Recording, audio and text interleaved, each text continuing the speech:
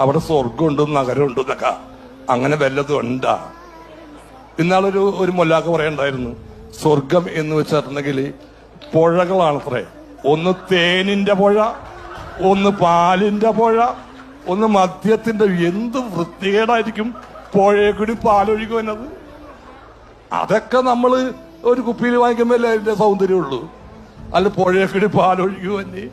പിന്നെ 18 കിലോമീറ്റർ ഉണ്ടാവും അത്ര ഒരു റൂം. എന്തിനാണ് നടന്ന് തൂറാനാ? അങ്ങനെ ഇവര് കണ്ടിട്ടില്ല, ഇവരാരും കണ്ടിട്ടില്ല. ഇതെന്താണെന്ന് അറിയില്ല. കേരളത്തിന്റെ ഹാസ്യ നടനായ ശ്രീ സലീം കുമാർ പറഞ്ഞത് എന്താണ്? ഒരു ഗ്ലാസ്സിലോ ഞങ്ങൾക്ക് മദ്യം കിട്ടിയെങ്കിൽ ഞങ്ങൾക്കത് കുടിക്കാമായിരുന്നു. പക്ഷേ കേരളത്തിലെ മൊല്ലാക്കന്മാര് പ്രസംഗിക്കുന്നത് മദ്യത്തിന്റെ പുഴകൾ ഒഴുകുന്നു സ്വർഗത്തിലെന്ന്. എന്തൊരു വൃത്തികേടാ എന്ന് പറഞ്ഞിട്ട് സിനിമാ സ്റ്റൈലില് പൊട്ടിച്ചിരിക്കുന്ന ശ്രീ സലീം കുമാർ ഒരു കാര്യം മനസ്സിലാക്കണം. ഇവിടെ അഭിനയത്തെ ജീവിച്ച് കാണിച്ചു കൊടുത്ത ആളുകൾ ഉണ്ടായിരുന്നു മുൻകാലങ്ങളിൽ. അവർ സിനിമയിൽ അഭിനയിക്കുമ്പോ പലരും പറഞ്ഞിട്ടുണ്ട്, അഭിനയമല്ല ഇത് ജീവിതമാണ് എന്ന്. നിങ്ങൾക്കൊക്കെ ജീവിതം തന്നെ ഒരു അഭിനയമായതുകൊണ്ട് നിങ്ങൾക്കൊക്കെ സിനിമാ ലോകത്തോടെ ഈ സമുദായത്തിന്, ഈ സമൂഹത്തിന്, കൗമാരക്കാർക്ക്, യുവാക്കൾക്ക് നൽകുന്ന സന്ദേശം എന്താണ്? എന്ത് നല്ല സന്ദേശമാണ് സിനിമ കൊടുത്തിട്ടുള്ളത്? ഏതെങ്കിലും ഒരു നല്ല സന്ദേശം സിനിമ ലോകത്തിന് സമ്മാനിച്ചിട്ടുണ്ടോ?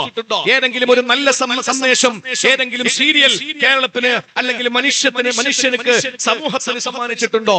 ഇല്ല, ഒരിക്കലുമില്ല.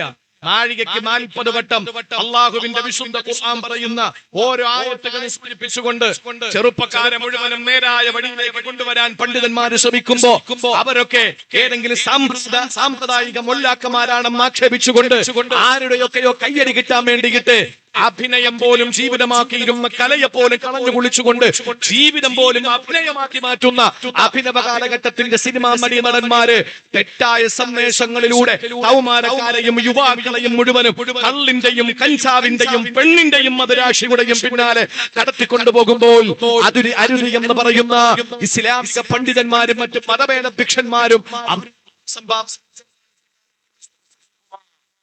നിങ്ങൾ തെറ്റായ സന്ദേശങ്ങളാണ് ലോകത്തിന് കൊടുക്കുന്നത്.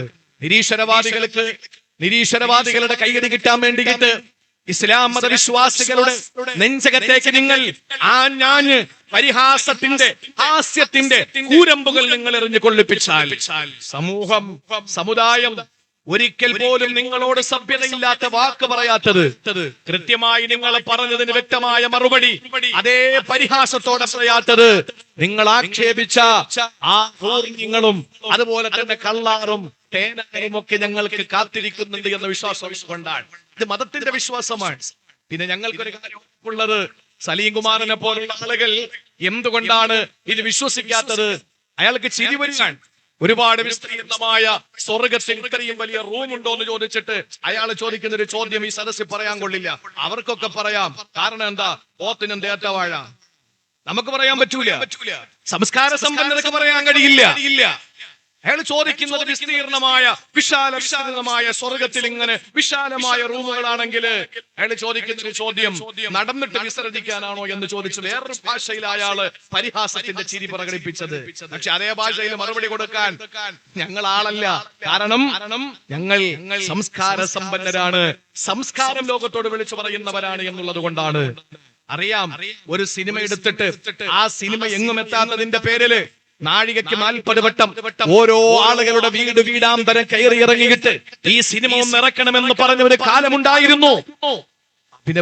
അഭിനയത്തിന്റെ പേരിൽ അഭിനവ കാലഘട്ടത്തിന്റെ നടീനടന്മാര് നൽകുന്ന തെറ്റായ സന്ദേശങ്ങളെ ഇസ്ലാമിന്റെ കൊണ്ട് കൊഞ്ഞനം കുത്താനാണ് ശ്രമമെങ്കിൽ കൃത്യമായി പള്ളികളിലും മദ്രസകളിലും ഒരു കലയായി തന്നെ കണ്ടുകൊണ്ട് ഇസ്ലാം അതിനെ നിരുത്സാഹപ്പെടുത്തുന്നുണ്ടെങ്കിൽ പോലും പൊതുസമൂഹത്തിലും ബഹുസ്വര സമൂഹത്തിലും അതങ്ങനെ കലയായി തന്നെ കാണട്ടെ എന്ന് പറഞ്ഞിട്ട് പണ്ഡിതന്മാർ മൗനം അവലംബിക്കുന്നത് കൊണ്ടാണ്. അല്ല എങ്കിൽ വിശുദ്ധ ഖുർആനിന്റെ ആയത്തുകളും തിരുവചനങ്ങളും എടുത്തുദ്ധരിച്ചുകൊണ്ട് ഒരു ജുമാ പ്രസംഗത്തിലൂടെ ഒരൊറ്റ മുസ്ലിം ചെറുപ്പക്കാരും സിനിമ കാണരുത് എന്ന് പറഞ്ഞാൽ ഈ സമുദായത്തിന്റെ നേതൃത്വം പറഞ്ഞാൽ അനുസരിക്കുന്നവരാണ് മുസ്ലിമീങ്ങൾ.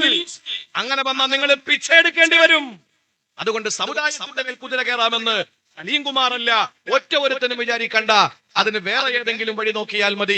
ഇസ്ലാമിന്റെ സംസ്കാരങ്ങളെ എടുത്ത് കൊന്നനം കുത്തുന്ന ഏതെങ്കിലുമൊക്കെ ശൈലി അല്പ പഴകിയതാണെങ്കിൽ പോലും പുതിയ പുതിയ കുപ്പിയിലും പുതിയ ഗ്ലാസ്സിലും വരുമ്പോൾ അതിനൊരു പുതുമയുണ്ട്.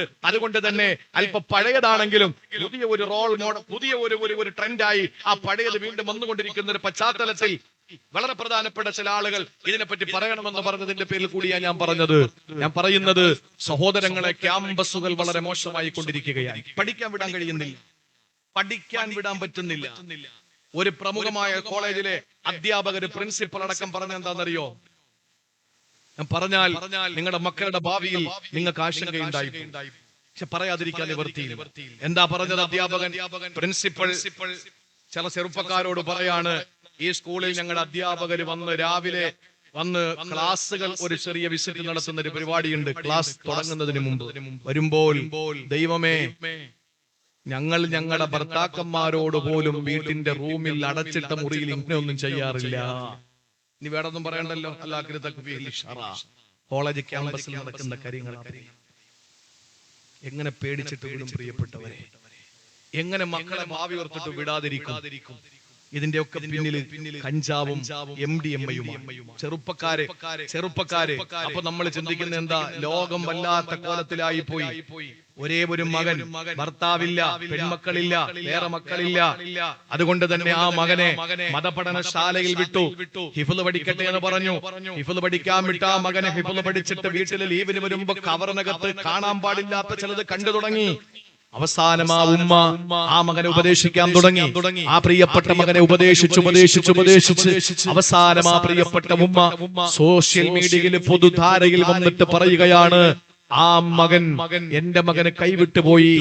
പൊട്ടിക്കരഞ്ഞിട്ട് ആ ഉമ്മ പറയാണ്, എന്റെ മോൻ ഒരാളല്ലേ ഉള്ളൂ, ഞാൻ മരിച്ചാൽ എന്റെ പ്രിയപ്പെട്ട മകൻ എനിക്ക് നിസ്കരിക്കുമല്ലോ, നെഞ്ചുപൊട്ടി ദ്വാരക്കുമല്ലോ എന്ന് ഞാൻ വിശ്വസിച്ചുകൊണ്ട് പഠിക്കാൻ വിട്ടതാണ് എന്റെ മകനെ.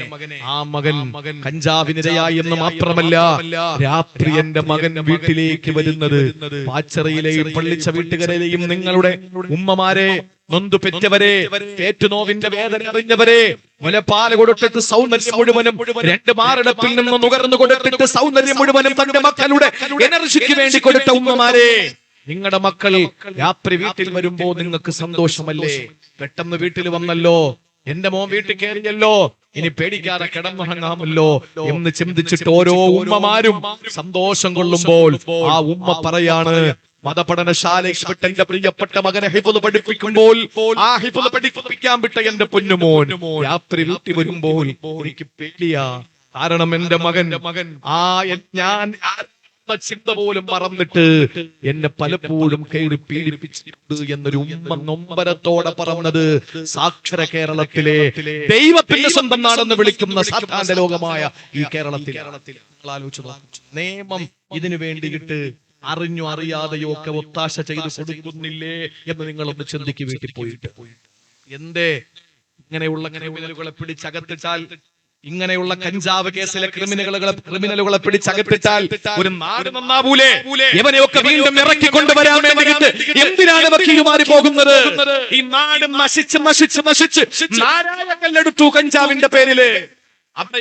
പ്പെട്ടവരെ നമ്മൾ മനസ്സിലാക്കേണ്ടത്, ഒരു നാടിന് ബറക്കത്തില്ലാതെയായി പോയി. അള്ളാഹു പറഞ്ഞത്, ഒരു നാട്